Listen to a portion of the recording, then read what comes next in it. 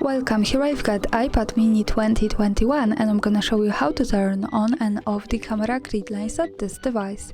So let's start by tapping on camera button to open it, and as you can see now in the preview we don't have any lines, so let's turn them on by going to the settings.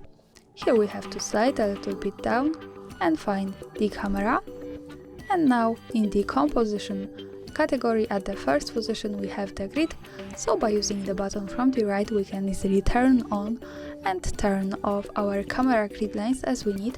Now let me keep them turned on, and when we move back to the camera we have these lines in the preview. They are useful, for example, when we want to use the rule of thirds in photography or making experiments with composition at our picture. And of course remember that these lines are not visible at the real photo, so when I take a picture and when I go to this button from the right that follows us straight to the gallery, we can't see them at the real photo, so the grid lines are only to help us taking better pictures. And of course when we don't need them we have to move back to settings, tap to the grid to turn them off, and for now in the preview the grid lines have gone. That's all, thanks for watching, subscribe our channel and leave the thumbs up.